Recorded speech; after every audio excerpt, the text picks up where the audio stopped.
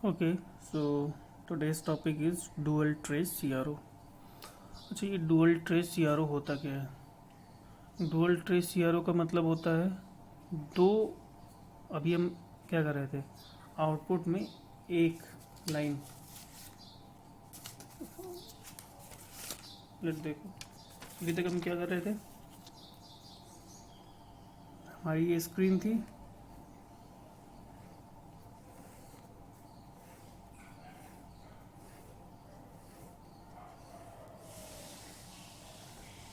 अभी हम क्या कर रहे थे, आउटपुट पे एक सिग्नल ड्रॉ कर रहे थे। लाइक ये सिग्नल है ना। अब हम डुअल ट्रेस का मतलब है, हमें अगर दो सिग्नल एक साथ आउटपुट पे ड्रॉ करवाने होंगे। लेट सपोज एक ये भी सिग्नल हमें ड्रॉ कराना है, मतलब एक साथ दो सिग्नल हमें स्क्रीन पर चाहिए ताकि इन दोनों का कंपैरिजन कर सके, इनका टाइम पीरियड कितना है। जैसे जैसे देखो, इसका इसका इसका टाइम पीरियड कितना सेम तो है। देखो यहाँ से आगे फिर दोबारा रिपीट हो रहा है, दोनों का ये दो ब्लॉक का ही है टाइम। टाइम पीरियड कहाँ सेम है, इसका तो है सिर्फ दो ब्लॉक, इसका देखो 1 2 3 है ना। तो दोनों के टाइम पीरियड अलग अलग है, तो हम मतलब कंपैरिजन कर सकते हैं दोनों सिग्नल्स में। अगर हमें दोनों सिग्नल्स में कंपैरिजन करना हो तो हम क्या यूज़ करेंगे, डुअल ट्रेस सीआरओ का। दो सिग्नल्स में कंपैरिजन करना, दोनों सिग्नल को एक साथ ड्रॉ कर लेंगे एक ही स्क्रीन पर। ठीक,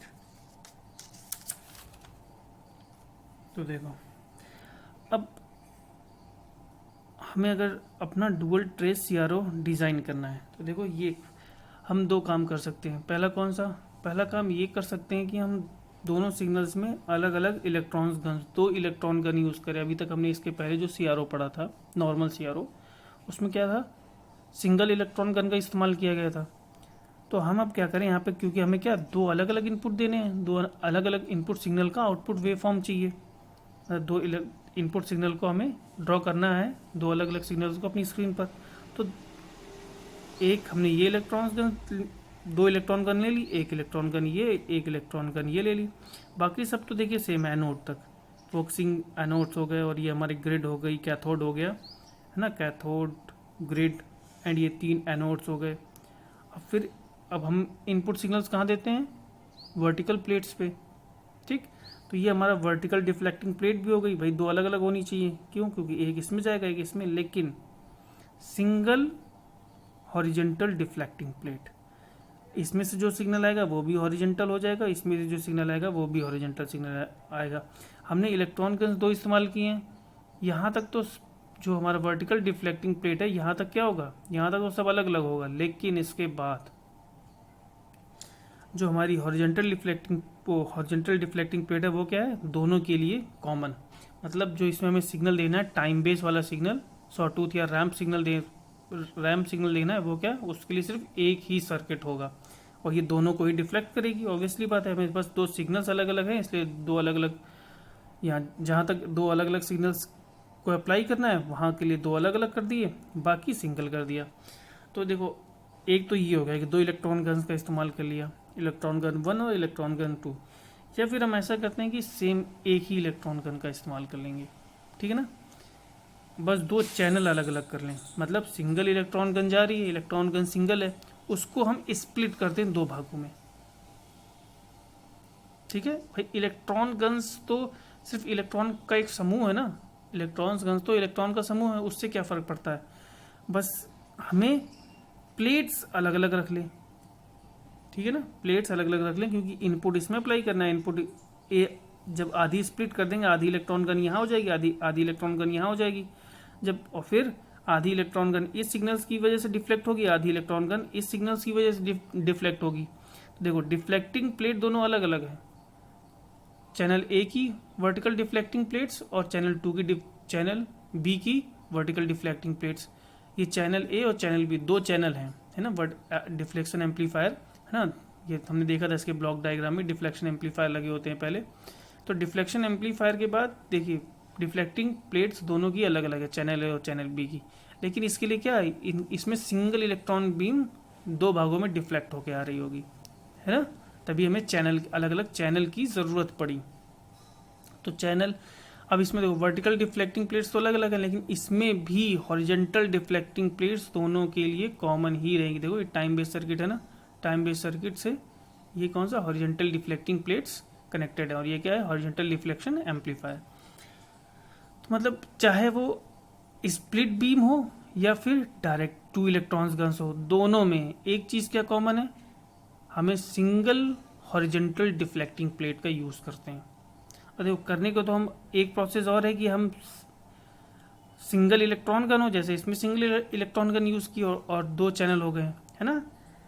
हम वर्टिकल डिफ्लेक्टिंग प्लेट भी एक ही कर दें, और उसी में क्या करना पड़ेगा, लेकिन अब दोनों को सिग्नल को एक साथ नहीं दे पाएंगे।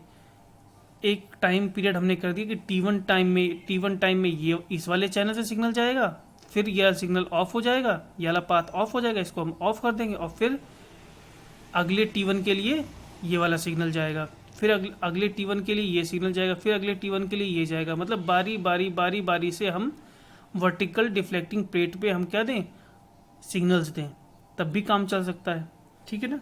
तो ये दो हैं, डबल इलेक्ट्रॉन गन का यूज़ करके और स्प्लिट बीम का यूज़ करके 2 CRO को। अब देखिए इसमें देखते हैं, इसकी थ्योरी पढ़ लेते हैं।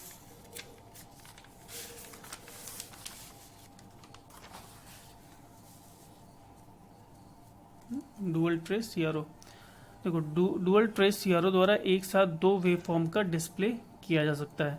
अभी मैंने बताया था कि ना, 2 वेवफॉर्म का डिस्प्ले करने के लिए तो हम डुअल ट्रेस CRO का इस्तेमाल करते हैं। 2 वेवफॉर्म एक साथ डिस्प्ले करने का लाभ यह होता है कि दोनों वेवफॉर्म के आयाम, फेज, देखो गलत लिखा हुआ है, फेज